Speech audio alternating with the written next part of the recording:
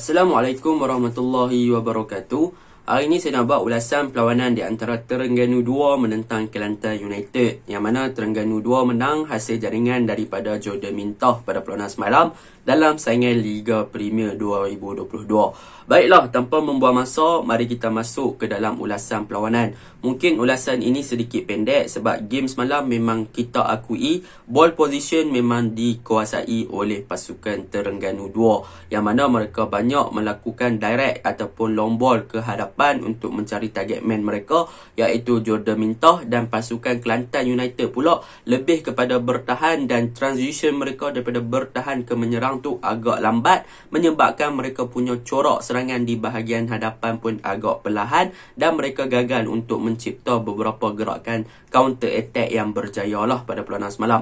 Jadi kita tanpa membuang masa, mari kita masuk ke dalam ulasan perlawanan. Saya akan mulakan dengan pasukan Terengganu 2. Apakah kekuatan dan juga apa perkara yang boleh kita puji untuk pasukan Terengganu pada perlawanan semalam?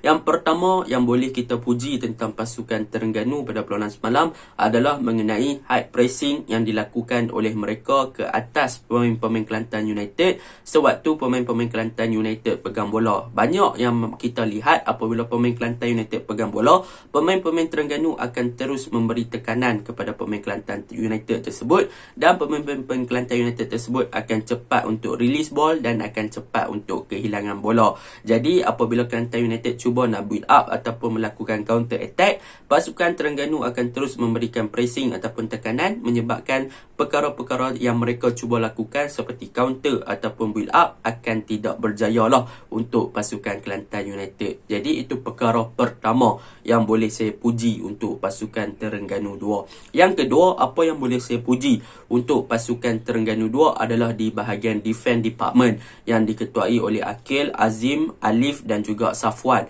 yang mana bagi saya back four pasukan Terengganu 2 semalam bermain dengan sangat-sangat cemerlang. Terutamanya pemain yang boleh kita highlight kan adalah tentang Safwan Mazlan yang bermain sebagai left back. Beliau menunjukkan satu kualiti yang sangat menarik di bahagian kiri, yang mana beliau mempunyai work rate yang bagus.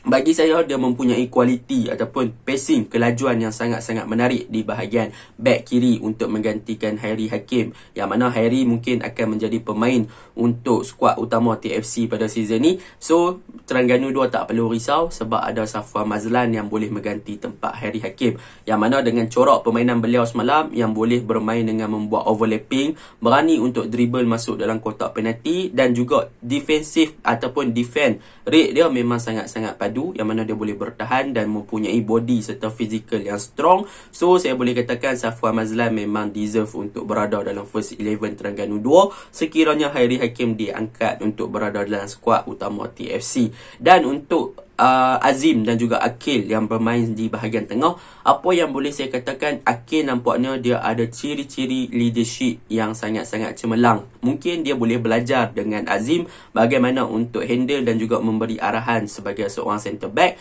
dan mungkin dia ada masa depan yang sangat cerah untuk menjadi centre back utama bagi skuad utama Terengganu. Sebab apa? Sebab semalam Akil dengan arahan, dengan nampak kemantangan dia, dengan pembacaan game, dengan sangat-sangat cemerlang dengan tenang bergandingan dengan Azim. Itu yang boleh saya puji untuk defense department pasukan Terengganu 2 pada perlawanan semalam.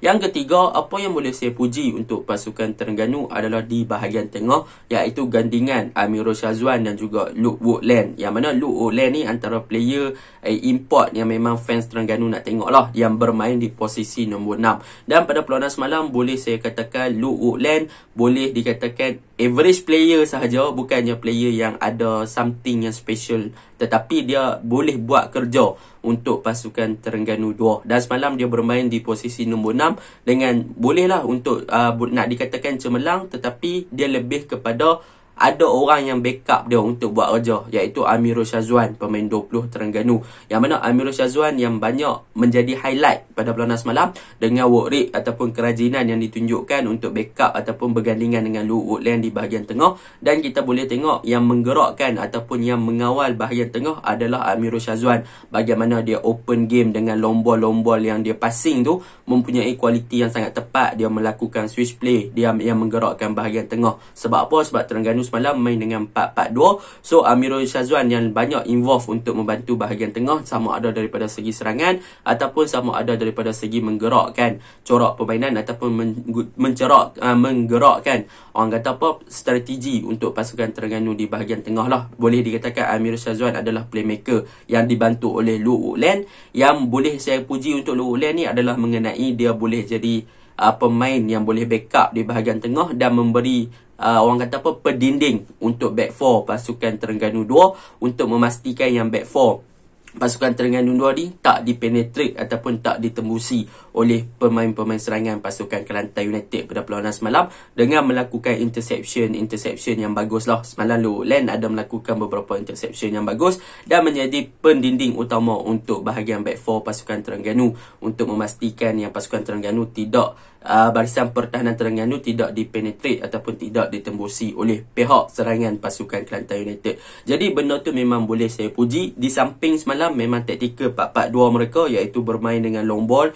dan juga direct football untuk mencari target man Jordan Mintah, juga berhasil apabila berjaya menjaringkan satu gol melalui Jordan Mintah pada minit-minit akhir separuh masa pertama. Dan untuk kelemahan, apa yang boleh saya katakan, mereka masih lagi perlu banyak diperbaiki, terutamanya daripada hantaran pendek dan sebagainya, dan mereka perlu memastikan yang mereka ada connector ataupun nombor 10 yang boleh membantu bahagian tengah untuk menyambung dengan baik kepada Jordan Mintah. Mungkin mereka perlukan second striker yang boleh support kepada Jordan Mintah dengan sangat baik, sebab semalam Wan Fazli dia lebih peranan lebih kurang macam Jordan Mintah sebagai target man.